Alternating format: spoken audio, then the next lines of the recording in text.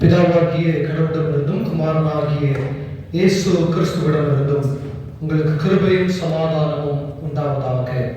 அன்புக்குரிய இறைமக்களே, கடந்த உயிர்த்தெழுதல் தினத்தன்று உங்களை பார்த்து அதைத் தொடர்ந்து இந்த நாளிலும் உங்களோடு கூட இணைந்து ஆண்டவருடைய நாமத்தை தொழுது கொள்ளும்படியாக ஆண்டவர் அருள் தந்தார். நான் ஆண்டவரை துதிக்கிறேன். அன்போடு ஏற்றுக்கொண்ட திருச்சபையார் யாவரையும் நான் ஆண்டவராகிய இயேசு கிறிஸ்துவின் நாமத்தினாலே அன்புடன் வாழ்த்துகிறேன். இந்த ஓய்வு நாள் காலை வணக்கத்தையும் அறிவித்துக் கொள்கின்றேன். அன்புக்குரிய இறைமக்களே, கடந்த ஓய்வு நாளிலே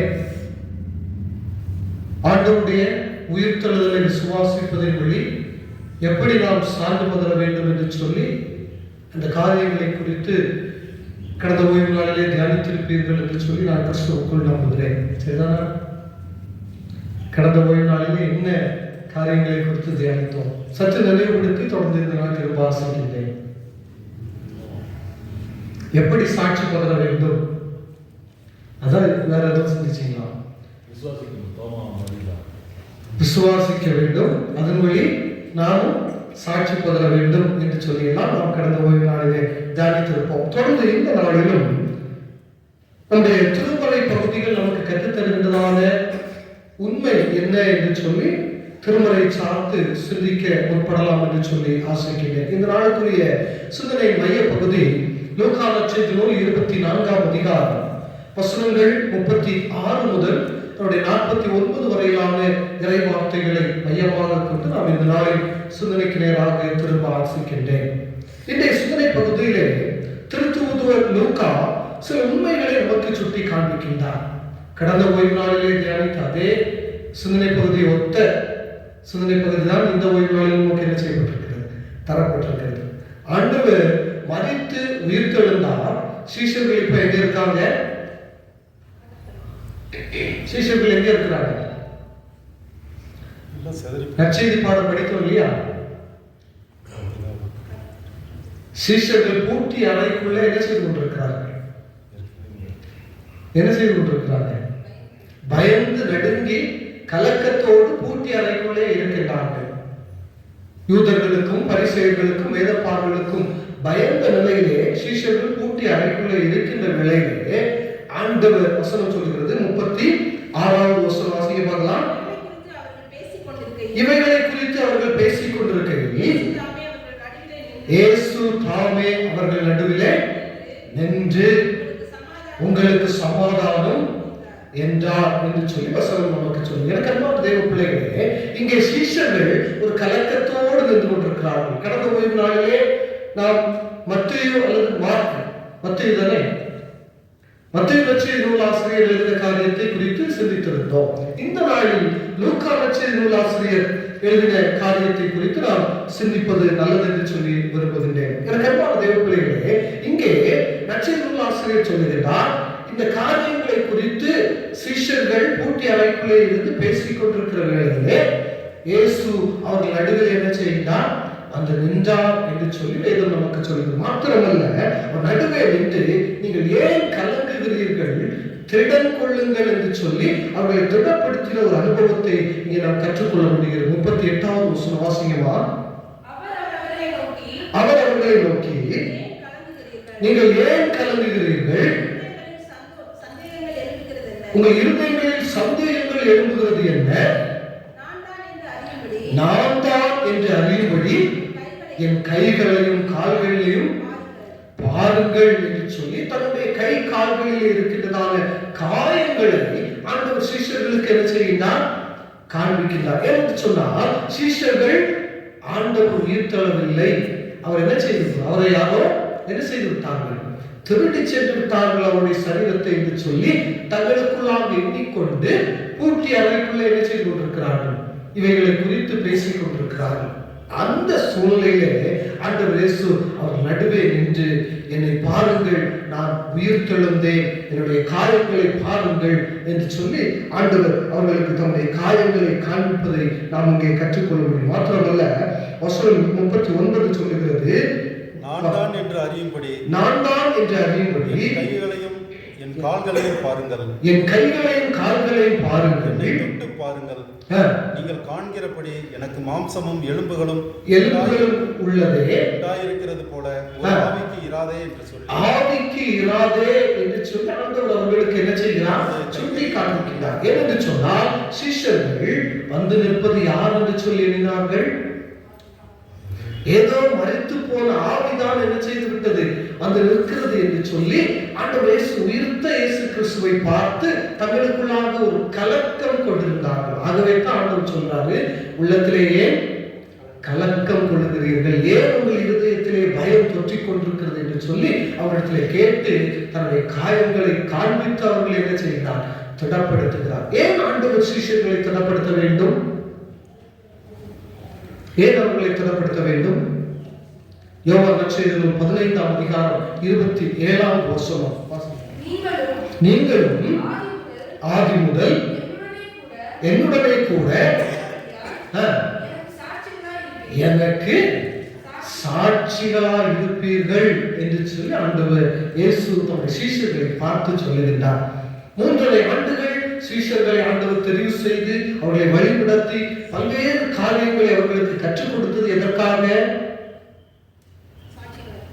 தமக்கு சாட்சிகளாய் நிற்கும்படியாக, தன்னுடைய மகிமை தன்னுடைய வல்லமையை குறித்து மக்களுக்கு அறிவிக்க வேண்டும் என்கின்றதான அந்த உன்னத நோக்கத்தோடு தான் ஆண்டவர் 12 சீஷர்களை என்ன செய்தார்? தெரிவு செய்து அவர்களை வழிநடத்தினார் என்று சொல்லி இந்த பகுதியின் வழியாக நாம் கற்றுக்கொள்ள முடியும். ஆக ஆண்டவருடைய மகிமையை பிற மக்களுக்கு பறைசாற்ற வேண்டிய சீஷர்கள் இப்ப என்ன செய்துவிட்டார்? பயந்து பூட்டி அறைக்குள்ளே முடங்கி போய்விட்டார்கள். அப்படி முடங்கி போன அந்த சீஷர்களை திடப்படுத்தி திரும்ப தன்னுடைய நற்செய்தியை, திரும்ப தன்னுடைய உயிர்த்தெழுதலின் வல்லமையை, அந்த மகிமையை பிற மக்களுக்கு அறிவிக்க அவர்களை அனுப்ப வேண்டும் என்கின்ற நோக்கத்தோடு தான் ஆண்டவர் இயேசு கிறிஸ்து, உயிர்த்த இயேசு அவர்கள் முன்பதாக என்ன செய்கிறார்? காட்சி கொடுத்தார் என்று சொல்லி வேதத்திலே படிக்க முடியும். எனக்கன்பான தேவ பிள்ளைகளே, அவர் காட்சி கொடுத்து அவர்களை சில காரியங்களினாலே திடப்படுத்தி உலகிலே அனுப்பினார் என்று சொல்லி வேதம் நமக்கு சொல்கிறது. 3 காரியங்களை இந்த நாளின் சிந்தனை பகுதி நமக்கு சுட்டி காண்பிக்கிறது. எப்படி அவர் அவர்களை திடப்படுத்தி அனுப்பினார் என்று சொல்லி நாம் இந்த பகுதியின் வழியாக கற்றுக்கொள்ள முடியும். வாசிகள் பார்க்கலாம். 45ஆவது வசனம் அதனுடைய முதல் பகுதி. அப்பொழுது அவர்களுடைய மனதை அவர் திறந்து போதும் வேத வாக்கியங்களை அவர்கள் அறிந்து கொள்ளும்படி அவர்கள் மனதை என்ன செய்தார்? திறந்தார். வேத வாக்கியங்களை, இறை வார்த்தையை சீஷர்கள் என்ன செய்ய வேண்டும்? புரிந்து கொள்ள வேண்டும், அறிந்து கொள்ள வேண்டும், உணர்ந்து கொள்ள வேண்டும். அப்படி என்ன இறை வார்த்தையை அவர்கள் புரிந்து கொள்ள வேண்டும்? 44 மற்றும் 46ஆவது வசனம். மோசேயின் நியாயப்பிரமாணத்திலே தீர்க்கதரிசன ஆகமங்களிலும் என்னை குறித்து எழுதியிருக்கிறவைகள் நிறைவேற வேண்டும் என்று நான் உங்களோடு இருந்தபோது உங்களுக்கு சொல்லிக் கொண்டு வந்த விசேஷங்கள் இவைகளே என்று சொல்லி ஆண்டவர் இறை வார்த்தையை அவர்களுக்கு என்ன செய்கின்றார்? அங்கே நினைவூட்டுகின்றார். ஆண்டவர் சொன்ன காரியம் 3.5 ஆண்டுகள் அவர்களோடு இருந்த நாட்களிலே மத்தேயு 16ஆவது அதிகாரம் 21ஆவது வசனம் இப்ப வாசிக்க வேண்டாம், குறித்துக் கொள்ளுங்கள். மத்தேயு 14:21, மத்தேயு 17:23, மார்க் 9:33-31 இந்த வசனங்களை பார்க்கும் பொழுது தான் தம்முடைய சீஷர்களோடு வாழ்ந்த நாட்களிலே தான் மரித்து மீண்டும் 3ஆம் நாள் உயிரோடு எழும்புவேன் என்று சொல்லி ஆண்டவர் அவர்களுக்கு தெளிவாக எடுத்து கூறினதான அந்த காரியங்கள் நமக்கு இங்கே சொல்லப்பட்டிருக்கிறது. அப்படி ஆண்டவர் சொன்ன அந்த உயிர்த்தெழுதலை குறித்ததான அந்த நம்பிக்கை சீஷர்களுக்கு என்ன செய்து போனது? அந்த இறை வார்த்தையை சீஷர்கள் என்ன செய்து போனார்கள்? மறந்து போனார்கள், நம்பவில்லை. ஆகவே தான் ஆண்டவர் இப்ப அவர்கள் மத்தியிலே தோன்றி அந்த இறை வார்த்தையை அவர்களுக்கு என்ன செய்கின்றார்? நினைப்பூட்டுகிறார். இறக்கமான தேவ பிள்ளைகளே, நம்முடைய வாழ்க்கையிலும் பல நேரங்களிலே, பல சூழ்நிலைகளிலே நாம் ஆண்டவருடைய வார்த்தைகளை என்ன செய்து விடுவோம்? மறந்து விடுவோம். நம்முடைய வாழ்க்கையிலே எழுப்புகின்றதான சில துன்பச் சூழல்களை பார்த்து விட்டு ஆண்டவர் நமக்கு கொடுத்திருக்கிறதான வாக்குத்தத்தங்களை நாம் என்ன செய்து விடுகின்றோம்? விட்டு விடுகின்றோம். ஆண்டவர் நம்மை ஆசீர்வதிப்பேன் என்று சொல்லி வாக்கு பண்ணினார், நம்மை உயர்த்துவேன் என்று சொல்லி வாக்கு பண்ணினார். அவர் வாக்கு மாறாத ஆண்டவராக இருக்கிறார். அந்த வாக்கை நிறைவேற்ற அவர் வல்லவராக இருக்கிறார். மாத்திரமல்ல, வேதம் சொல்லுகிறது அவருடைய வார்த்தைகள் ஒவ்வொன்றும் ஆம் என்றும் ஆமேன் என்றும் இருக்கிறது என்று சொல்லி வேதம் நமக்கு சுட்டி காண்பிக்கிறது. அப்படிப்பட்ட அந்த உன்னத ஆண்டவரை, வாக்கு மாறாத ஆண்டவரை, அவருடைய வார்த்தையை பல வேளைகளில் நாமும் மறந்தவர்களாக நம்முடைய வாழ்க்கையிலே எழுகின்றதான துன்ப சூழல்களை பார்த்து நாம் என்ன செய்து கொண்டிருக்கிறோம், கடந்து சென்று கொண்டிருக்கிறோம். ஆண்டவர் இந்த காலை வேளையிலே நமக்கு உணர்த்துகின்றதான காரியம் என்று சொன்னால், இறை வார்த்தையை நாம் என்ன செய்து கொள்ள வேண்டும், மறந்த இறை வார்த்தைகளை திரும்ப நாம் என்ன செய்து கொள்ள வேண்டுமா, புரிந்து கொள்ள வேண்டும், அதை உணர்ந்து கொள்ள வேண்டும் என்று சொல்லி இங்கே ஆண்டவர் நினைப்பூட்டுகிறவராக இருக்கிறார். அன்பான தெய்வ பிள்ளைகளே, சீஷர்களுக்கு ஆண்டவர் தம்முடைய இறை வார்த்தைகளை என்ன செய்தார், ஞாபகப்படுத்தினார், அவர்களுக்கு நினைப்பூட்டினார். நான் சொன்ன வார்த்தைகளை ஏன் மறந்து கலங்கி பயந்து சூழ்நிலையிலே காணப்படுகின்றீர்கள் என்று சொல்லி அவர்களுக்கு நினைப்பூட்டுகின்ற அனுபவத்தை இங்கே நாம் கற்றுக்கொள்ள முடியும். அப்படி அவர்கள் நினைப்பூட்டும் பொழுது மாத்திரமே, இறை வார்த்தையை அவர்கள் தன்னுடைய நினைவிலே கொண்டு வரும் பொழுது மாத்திரமே அவர்கள் என்ன செய்ய முடியும், பிறருக்கு அந்த காரியங்களை குறித்து அறிவிக்க முடியும், சாட்சிகளாக எழுந்து நிற்க முடியும். இல்லை என்று சொன்னால் பூட்டி அறைக்குள் அன்னைக்கு முடங்கினவே முடங்கினதுதான். இன்னைக்கு நம்ம இருப்போம் இல்லையா, அடிக்கிற குளிர்ல சில வேளைகள்ல காலையில் நமக்கு எழும்புறதுக்கு என்ன ஆயிடும், மனசு வராது. அமே கர்த்தர் நல்லவர். ஆனாலும் ஒரு சிலரா இருந்தாலும் நம்மை ஆண்டவர் அவருடைய இறை சமூகத்தில் என்ன செய்திருக்கிறார், இணைத்திருக்கிறார். நான் ஆண்டவரை துதிக்கிறேன். எனக்கு அன்பான தெய்வ பிள்ளைகளே, வேதம் சொல்லுகிறது, நாம் இறை வார்த்தையை ஒருபோதும் என்ன செய்து விடக்கூடாது, மறந்து விடக்கூடாது. மறந்து விட்டாலும் அதை திரும்ப நமக்கு என்ன செய்து கொள்ள வேண்டும், இருதயத்திலே ஞாபகப்படுத்த வேண்டும். இதைத்தான் வேதம் நமக்கு தெளிவாக சொல்லி காண்பிக்கிறது. வாழ்விலே பாரம்பரியமாகவும் பல்வேறு தருணங்களிலே அவராலே அழைக்கப்பட்டு அவரண்டை கிட்டி சேர்ந்துள்ள நாம் சில தருணங்களிலே இறை வார்த்தையை இந்த நாட்களிலே மறந்து சென்று கொண்டிருக்கிறோம். உள்ளத்திலே தோன்றுகின்றதான சில பயங்கள், நம்முடைய வாழ்க்கையில் என்ன பயங்கள் தோன்றும்? சிலருக்கு தன்னுடைய குழந்தைகளுக்காக குறித்ததான பயம், தன்னுடைய வாழ்வை குறித்ததான பயம், இப்படி பல நிலைகளிலே நம்முடைய உள்ளத்திலே எழுதுகிறதான இந்த பயங்கள் நிமித்தமாக ஒவ்வொரு நாளும் நாம் கடைபிடிக்க வேண்டிய அந்த இறை வார்த்தை நம்மை விட்டு என்ன செய்து விடுகிறது, விலகி சென்று விடுகிறது. எனக்கு அன்பான தேவ பிள்ளைகளே, திருமலை நமக்கு சொல்லுகிறதான காரியம், ஒவ்வொரு நாளும் நாம் வேதத்தை என்ன செய்ய வேண்டுமா, வாசிக்க வேண்டும். நம்முடைய வாழ்க்கையில் அதை கடைபிடிக்கிறோமா?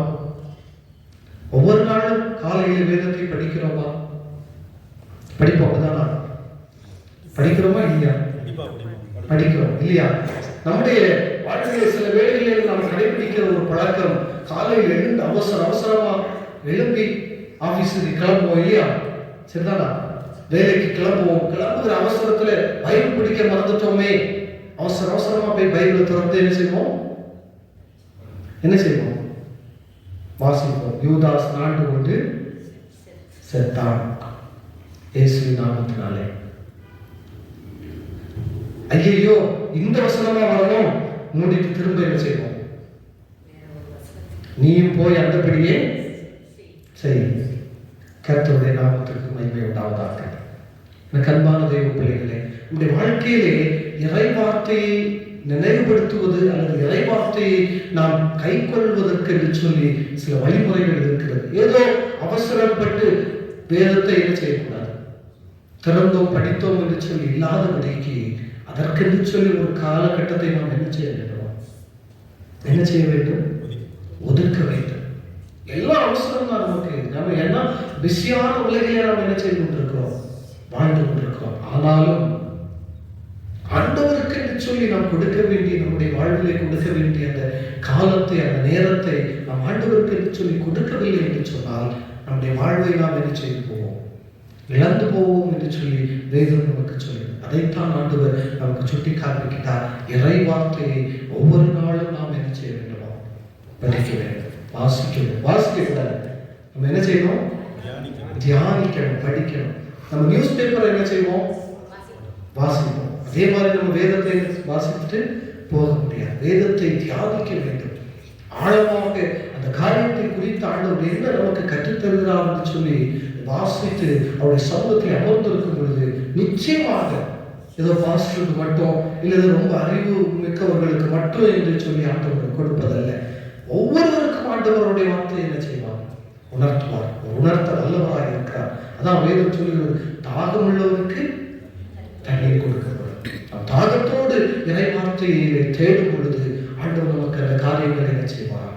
உணர்த்தி தருவார் என்று சொல்லி வேதம் நமக்கு சுட்டி காண்பிக்கும். சரி, போகட்டும். தொடர்ந்து இரண்டாவதாக 48வது வசனம், நீங்கள் இவைகளுக்கு சாட்சிகளாய் இருக்கிறீர்கள். வேதத்தில் சொல்லுகின்றார், நீங்கள் இவைகளுக்கு சாட்சிகள், சாட்சிகளாக செயல்படுங்கள் என்று சொல்லி அவர்களை திடப்படுத்துகின்றார். முதலாவது இறைவார்த்தை அவர்களுக்கு நினைப்பூட்டினார். நினைப்பூட்டி தொடர்ந்து சாட்சிகளாய் செல்லுங்கள் என்று சொல்லி அவர்கள் என்ன செய்கிறார்? பணிக்கின்றார். எனக்கெல்லாம் தெய்வ பிள்ளைகளே, எதற்கு அவர்களை சாட்சிகளாக ஆண்டவர் பணித்தார்? எதற்கு சாட்சிகளாக பணித்தார்? நீங்கள் இதற்கு சாட்சிகள் என்று சொல்வதற்கு. எவைகளுக்கு சாட்சிகள்? ஆண்டவர் உயிர்த்தெழுந்தார் என்பதற்கு சாட்சி. ஏன்னா சீஷன் தான் என்ன செய்யணும்? போய் சொல்ல வேண்டும். இப்போ காவலர் என்ன செய்து போனா? வேதபாரகர் பரிசேயத்திலிருந்து காசு வாங்கிட்டு என்ன செய்து போனான்? அவருடைய உயிர்த்தெழுதலை இல்லைன்னு சொல்லி என்ன செய்துட்டு இருக்கான்? அறிவித்துட்டு இருக்கான். அப்போ அவர் உயிர்த்தெழுந்தார் என்பதை யார் அறிவிக்க வேண்டும்? சீஷர்கள். அந்த சீஷன் என்ன செய்து போனார்? அறிவிக்காதபடி பயந்து பூட்டிட்டு என்ன செய்தான்? அறைக்குள்ள உட்கார்ந்துட்டான். ஆகவே தான் ஆண்டவர் அங்கு தோன்றி அவனுக்கு நினைப்பூட்டுகின்றார். நினைப்பூட்டி தொடர்ந்து அவர் என்ன செய்கிறார்? செயல்பட பணிக்கின்றார். சாட்சிகளாக என்ன செய்யுங்கள்? போங்கள், உலகத்திலே சென்று அறிவியுங்கள் என்று சொல்லி ஆண்டவர் சொல்லுகிறார். அப்போஸ்தலர் 1:8 வாசிக்குமா? அப்போஸ்தலர் 1:8, பரிசுத்த ஆவி உங்களிடத்தில் வரும்பொழுது பலனடைந்து எருசலேமிலும் யூதேயா முழுவதிலும் சமாரியாவிலும் பூமியின் கடைசி பரியந்தம் எனக்கு சாட்சிகளாக இருப்பீர்கள் என்று சொல்லி ஆண்டவர் சொல்லுகிறார். பூமியின் கடைசி பரியந்தமும் அவருக்கு என்ன செய்ய வேண்டுமா? சாட்சிகளாக நாம் நிற்க வேண்டும். அவருக்கு சாட்சிகளாக நாம் நிற்கும் பொழுது இடத்திலே ஆண்டவர் நம்மை என்ன செய்கிறார்? மகிமைப்படுத்துகிறார். அவருடைய மகிமையும் அங்கே என்ன செய்யப்படுகிறது? பிரஸ்தாபப்படுகிறது என்று சொல்லி வேதம் நமக்கு சுட்டி காண்பிக்கிறது. திருத்தூதுவர்கள் அவர்கள் சாட்சிகளாக செயல்பட்டார்கள். அதை குறித்து தான் நமக்கு இந்த நாளிலே அப்போஸ்தலர் நடவடிக்கைகள் சுட்டி காண்பிக்கிறது. அப்போஸ்தலர் 3ஆம் அதிகாரம் 11 முதல் 21 வரை வசனங்களிலே திருத்தூதுவர்கள் அப்போஸ்தலர்கள் 3ஆவது வசனம் 15வது வசனம் வாசிங்கம்மா. ஜீவாதிபதியை நீங்கள் கொலை செய்தீர்கள், அவரை தேவன் மரித்தோரிலிருந்து எழுப்பினார், அதற்கு நாங்கள் பூட்டி அறைக்குள்ள இருந்த சீஷர்கள் என்ன சொல்றார்?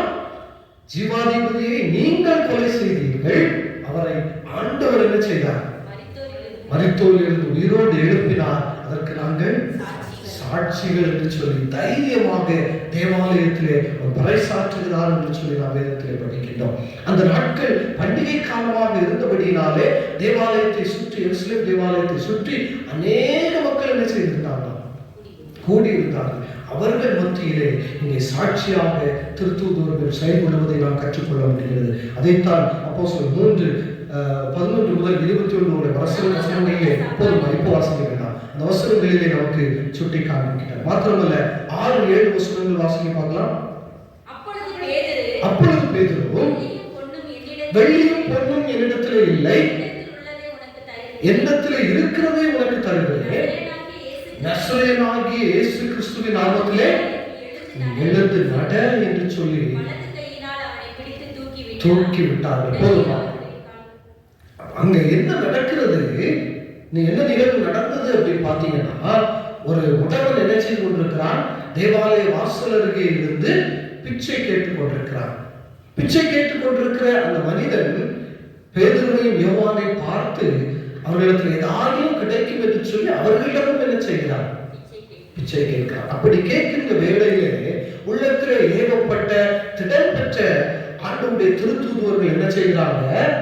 எங்களிடத்துல வெள்ளியும் இல்லை, பொன்னும் இல்லை, எங்களுக்கு என்ன இருக்குதோ அதை நான் உங்களுக்கு என்ன செய்யறேன், தருகிறேன் என்று சொல்லி நசரேயனாகிய இயேசு கிறிஸ்துவினுடைய நாமம் அவருடைய வல்லமை எங்களிடத்தில் என்ன செய்கிறது, இருக்கிறது. அதான் இறைவார்த்தை அவர் நம்பினபடினால்தான் அவரை காட்டிலும் பெரிய அற்புதங்களையும் செய்ய முடியும் சொன்ன ஆண்டவருடைய வார்த்தை இங்க என்ன செய்யப்படுகிறது, நிறைவேற்றப்படுவதை நாம் கற்றுக்கொள்ள முடியும். ஆண்டவர் சொன்னார் இல்லையா, என்னை காட்டிலும் அதிகமான அற்புதங்களை அடையாளங்கள் நீங்கள் செய்வீர்கள் என்று சொல்லி ஆண்டவர் வாக்கு பண்ணினார். அந்த வார்த்தை சீஷர்கள் மத்தியிலே அவருடைய வாழ்விலே நிறைவேற்றப்படுவதை நாம் கற்றுக்கொள்ள முடியும். என்ன நடக்கிறது, நடக்க முடியாதபடி இருந்த அந்த மனிதனை சீஷர்கள் என்ன செய்தார்கள், தூக்கி நிறுத்தினார்கள், அவனை நடக்க செய்தார்கள் என்று சொல்லி வேதம் நமக்கு சொல்லி, நடக்க செய்தது மாத்திரமல்ல, சாட்சிகளாக செயல்படுகிறார்கள்.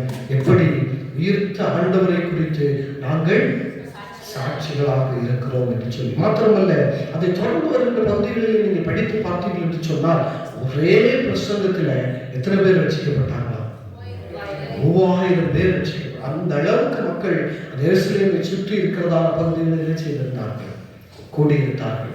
அப்படி அனைத்து மக்களுக்கும் ஆண்டவருடைய வார்த்தையை சாட்சியாக என்ன செய்கிறார், சீஷர்கள் பறைசாற்றின் அனுபவத்தை நாம் கற்றுக்கொள்ள முடியுது. இப்ப சொல்லுங்க, இறை வார்த்தையை நாமும் உணர்ந்து கொள்ளும் பொழுது நாமளும் சாட்சியாக நிற்க முடியுமோ, முடியாதா? எனக்கு அன்பான தேவ பிள்ளைகளே, இறை வார்த்தையை நம்முடைய இருதய பலகைகளை நாம் எழுதி கொள்ளும் பொழுது நாமும் பிறருக்கு பறைசாற்ற முடியும். அதனால்தான் ஐயா அவங்க அணிலையா அவங்க சொல்லிட்டு இருப்பாங்க. எப்போவுமே 2 நாட்களாக நான் வந்தபோது அவர் சொன்னாங்க, அநேக இடங்களுக்கு கர்த்தர் என்ன செய்கிறார், சாட்சியாக பயன்படுத்துகிறார் என்று சொல்லி உள்ளத்திலே சந்தோஷத்தோடு மகிழ்வோடு சொல்லிக் கொண்டிருந்தார்கள். அம்மா கீபோர்டு போட்டு கர்த்தருடைய நாமத்தை என்ன செய்துட்டு இருக்காங்க, மகிமைப்படுத்திக் கொண்டிருக்கிறார்கள். நாமெல்லாம் இணைந்து வந்து ஆண்டவரை குறித்ததான பாடல்களை பாடி அவருடைய இறைவார்த்தையை கேட்டு மகிமைப்படுத்திக் கொண்டிருக்கிறோம். ஏன் மகிமைப்படுத்த? சும்மா ஏனோதான் ஒவ்வொரு நாளும் ஆலயத்துக்கு வரணும், அவருடைய வார்த்தையை கேட்கணும், உங்க விட்டுட்டு அப்படியா? நாம் ஆண்டவருக்கு சாட்சியாக நிற்க வேண்டும் என்பதற்காகத்தான் ஒவ்வொரு நாளும் ஆலயத்திற்கு நாம் என்ன செய்தோம். பொதுவா நாம் ஆலயத்திற்கு ஒழுங்காய் கடந்து வருகிறதை பார்த்தே சிலர் என்ன செய்வாங்க, இவங்க ஏன் ஒவ்வொரு நாளும் ஆலயத்துக்கு போறாங்கன்னு கேட்பாங்களா மாட்டாங்களா? கண்டிப்பா கேட்பாங்க. ஒழுங்காய் போய் சென்று கொண்டிருக்கிறார்களே என்று சொல்லி அந்த ஒரு கியூரியாசிட்டி அவங்களுக்குள்ள என்ன செய்யும். எனக்கு அன்பான தேவ பிள்ளைகளே, ஆக நாமும் சாட்சியாக இருக்கும்படி கர்த்தர் நம்மிடத்தில் என்ன செய்கிறார், எதிர்பார்க்கிறார். நாம் இந்த நாட்களிலே சாட்சியாக நிற்கின்றோமா? சாட்சியாக நிற்கின்றோமா? பல வேளைகளிலே நம்முடைய வாழ்க்கையிலே சாட்சியை என்ன செய்து போகிறோம், என்ன செய்கிறோம், இழந்து போகிறோம். சரிதானா? இல்லங்களிலே சமாதானமின்மை, இல்லங்களிலே எழுகின்றதான பிரச்சனை, வாழ்வில் எழுகின்றதான சில குழப்பங்கள், இப்படிப்பட்டதான சூழ்நிலையினாலே அல்லது நம்முடைய தொழில் துறைகளிலே ஏற்படுகின்றதான சில தடைகள், இப்படிப்பட்டதான காரியங்களினாலே சாட்சியாய் நிற்க வேண்டிய இடங்களிலே பல நேரங்களிலே நாம் என்ன செய்ய இயலவில்லை. நம்முடைய சாட்சி அற்றுப்போகின்றதான அனுபவம். எனக்கமான தேவ பிள்ளைகளே, வேதம் சொல்லுகிறது, நம் ஆண்டவரை நம்முடைய இருதயத்தில் முழுவதுமாக ஏற்றுக்கொண்டு அவருடைய வார்த்தையை நாம் நினைத்து செயல்படும் பொழுது நாம் இப்படி இருக்க முடியும், சாட்சிகளாக செயல்படும். அதற்கு நம்மை அர்ப்பணிக்க ஆண்டவர் நம்மை அழைக்கிறார். தொடர்ந்து அவருடைய 3ஆவதாக அவருடைய 49வது வசனம், என் பிதா வாக்குத்தத்தம் பண்ணினதை இதோ நான் உங்களுக்கு அனுப்புகிறேன், உன்னதத்திலிருந்து வரும் பலனால் ஆட்கொள்ளப்படும்படி எருசலேம் நகரத்திலே என்ன செய்து விடுங்கள், இருங்கள் என்று சொல்லி சொன்னார். இந்த ஆண்டவர் என்ன வாக்களிக்கின்றார், எதை குறித்து வாக்களிக்கின்றார், எதை குறித்து வாக்களிக்கின்றார்? யோவான் 20வது அதிகாரம் 22வது வசனம் வாசிக்கலாமா? யோவான் 20:22, அவர்கள் மேல் ஊதி பரிசுத்த ஆவியை பெற்றுக் கொள்ளுங்கள், எவர்களுடைய பாவங்களை மன்னிக்கிறீர்களோ அவருடைய பாவங்கள் நமக்கு போதுமா? அப்போ ஆண்டவர் தம்முடைய சிஷ்யர்களுக்கு தோன்றியாக என்ன செய்யறாரு, அவர்கள் மேல் ஊதி பரிசுத்த ஆவியை என்ன செய்யலாம், பெற்றுக்கொள்ள. தூய ஆவியானவரை என்ன செய்கிறார் ஆண்டவர்? வாக்கு பண்ணுகிறார். தூய ஆவியானுடைய வல்லமை இல்லைன்னு சொன்னா எந்த இடத்துலயும் போய் நம்ம என்ன செய்ய முடியாது? என்ன செய்ய முடியாது? சாட்சியாக இருக்க முடியாது. சும்மா போய் ஒரு நாளை பார்த்து ஆண்டவர் உங்களை நேசிக்கிறார், நீங்க கூப்பிடுறதெல்லாம் வீண் அப்படின்னு சொல்ல முடியுமா? முடியாது. அந்த இடத்துல தூய ஆவியானவர் செயல்பட்டால் மாத்திரமே நம்ம பேசுறதா என்ன செய்வோம்? கேட்போம். இல்லைன்னு சொன்னா இவையாரா வைத்தியக்காரன் சொல்லிட்டு கர்மான தேவ பிள்ளைகளே, ஆக தூய ஆவியானுடைய வல்லமை நம்மை நிரப்ப வேண்டும். அவருடைய செயல்பாடு நமக்குள், அதற்கு நம்மை விட்டுக் கொடுக்கும் பொழுது கர்த்தர் நம்மை சாட்சியாக என்ன செய்கிறார்? நிறுத்துகிறார். சீஷர்களுக்கும் ஆண்டவர் அதைத்தான் சொன்னார். அப்போஸ்தலர் 4:33 வாசிங்கமா. அப்போஸ்தலர் 4:33 மிகுந்த பலமாய் சாட்சி பகர்ந்து வந்தார்கள். பூரண கிருபை உண்டாயிருந்தது.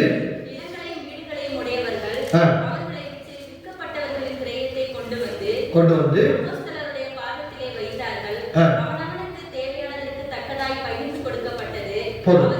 அந்த இடத்துல நீங்க பார்த்தீங்கன்னா வசனம் சொல்லுகிறது, பிறருடைய நன்மதிப்பை என்ன செய்தார்களா? பெற்றுக்கொண்டார். சீஷர்கள், அப்போஸ்தலர்கள் மக்களுடைய நன்மதிப்பை பெற்றார்கள் என்று சொல்லி அந்த வார்த்தை நமக்கு சுட்டி காண்பிப்பதை நாம் கற்றுக்கொள்ள முடியும். நன்மதிப்புனா என்ன? நன்மதிப்புனா என்ன? புரிந்து கொள்வோம். நன்மதிப்புனா என்ன? நமக்குள்ள தூய ஆவியானவர் செயல்பட்டு நாம் சாட்சியாய் வாழ்கின்றோம் என்று சொன்னால் பிறகு நம்ம என்ன செய்வோம்? மதிப்பா. இல்லைன்னு சொன்னா அந்த இடத்துல நமக்கு என்ன இல்லை? மதிப்பு இல்லை. பிறர் நம்மை மதிக்க வேண்டும் என்று சொன்னால் நமக்கு ஒரு தூய ஆவியானுடைய வல்லமை என்ன செய்ய வேண்டும்? செயலாற்ற வேண்டும். எனக்கன்பான தேவ பிள்ளைகளே, அதைத்தான் இங்கே அப்போஸ்தலருடைய வாழ்க்கையிலே அவர்கள் அனுபவித்தார்கள். பிறருடைய நன்மதிப்பை பெற்றார்கள் என்று சொல்லி வேதம் நமக்கு சொல்லுகிறது. எப்படி நன்மதிப்பை பெற்றுக்கொள்ள முடியும்? அதைத்தான் தூய யோவான் தன்னுடைய திருமுகத்தில் எழுதுகின்றார். 1 யோவான் 3:1 முதல் 7 வரை உள்ள வசனங்களிலே 5வது வசனம் வாசிக்கலாம். 1 யோவான் 3:5 அறிவீர்கள், அவரிடத்திலே பாவம் இல்லை, அவரில் நிலைத்திருக்கிற எவனும் பாவம் செய்கிறதில்லை. அப்போ நம்மை நாமே பரிசுத்தமாய் பாதுகாத்துக் கொள்ளும் பொழுது நாம் பிறருடைய நன்மதிப்பை என்ன செய்ய முடியும்? பெற்றுக்கொள்ள முடியும். எனக்கு அன்பான தேவ பிள்ளைகளே, நமக்குள்ள பாவம் இல்லை அப்படிங்கிற அந்த உறுதி நமக்கு இருந்தால் தான் நாம் சாட்சியாக நிற்க முடியும். நன்மதிப்பை என்ன செய்ய முடியும்? பெற்றுக்கொள்ளும். இங்கே தூய யோவான் அதைத்தான் நமக்கு தன்னுடைய நிருபத்திலே சுட்டி காண்பிக்கிறார். மாத்திரமல்ல 6வது வசனம், அவரோடு இணைந்திருக்கும் நாமும் பாவமற்றவர்களாய் செய்ய வேண்டுமா? இருக்க வேண்டும் என்று சொல்லுகிறார். 7வது வசனம், ஒருவனாலும் நாம் வஞ்சிக்கப்படாதபடிக்கு நீதி உள்ளவனாய் இருக்க வேண்டும் என்று சொல்லி இங்கே அவர் சுட்டி காண்பிக்கிறார். அதற்கு நமக்கு ஆண்டவர் நாம் நெறி தவறிடாதபடிக்கு தன்னுடைய தூய ஆவியானவர் நமக்கு என்ன செய்கிறார்? பலன் தருகிறவராய் இருக்கிறார். நாம் நம்முடைய பாவ வாழ்க்கைக்கு நேராக கடந்து செல்லாதபடிக்கு நம்மை தடுப்பது யாரு? தூய ஆவியானவர். நம்ம ஒரு காரியத்திலே நாம் செயல்படுகிறோம் என்று சொன்னால், அது தவறு நடைபெறுகிறது என்று சொன்னால், இது தப்பும் நமக்கு நினைப்பூட்டுறது யார்? தூய ஆவியானவர். நமக்குள்ள ஆக இருந்து செயலாற்றுகிறபடினாலே தான் நாம் தவறுகளுக்கு என்ன செய்யணும்? விலகி ஓடுகிறோம். எனக்கு அன்பான பிள்ளைகளே, அந்த தூய ஆவியானவரை ஏற்றுக்கொள்ளணும்னா பாவம் நமக்குள்ளாக என்ன செய்யும்? செயலாற்றும். வேதம் சொல்லுகிறது, பாவம் வாசற்படியிலே படுத்திருக்கும் என்று சொல்லி. அதற்கு நாம் தப்பித்துக் கொள்ள வேண்டும் என்று சொன்னால் தூய ஆவியானவருடைய வல்லமை நம்மை ஆட்கொள்ள வேண்டும். அப்படி அவருடைய வல்லமையினால் ஆட்கொள்ளப்படும் பொழுது, இறைவார்த்தை நமக்குள்ளாய் செயலாற்றும் பொழுது நாமும் பிறருக்கு என்ன செய்ய முடியும்? சாட்சிகளாக நிற்க முடியும். அதற்குத்தான் ஆண்டவர் இந்த காலை வேளையில் நம்மை எதிர்பார்க்கிறார், நம்மிடத்தில் விரும்புகின்றார். அவரிடத்திலே சாட்சியாக நிற்பதற்கு நாம் தொடர்ந்து அவருடைய வார்த்தைகளை நம்முடைய இருதயத்தில் எழுதிக் கொள்வோம். வார்த்தைகளை நாம் கடைபிடிப்போம், அதன்படி செயல்படுவோம். தூய ஆவியானுடைய வல்லமையினாலே ஆட்கொள்ளப்படுவோம். தொடர்ந்து நம்முடைய வாழ்க்கையிலே பாவத்திற்கு விலகி ஓடுவோம். கர்த்தர் நம்மை சாட்சியாக நிறுத்துவார் என்பதிலே எவ்வித ஐயமும் இல்லை. எனக்கு அன்பான தேவ பிள்ளைகளே, இந்த வாழ்க்கையை அவருக்கு அர்ப்பணிப்போம். கர்த்தர் ஒவ்வொருவரையும் ஆசீர்வதிப்பாராக. எல்லா புத்திக்கும் மேலான தேவ சமாதானம் இருதயங்களையும் சிந்தைகளையும் கிறிஸ்து இயேசுவுக்குள் பங்கப்படுத்தி பாதுகாப்பதாக.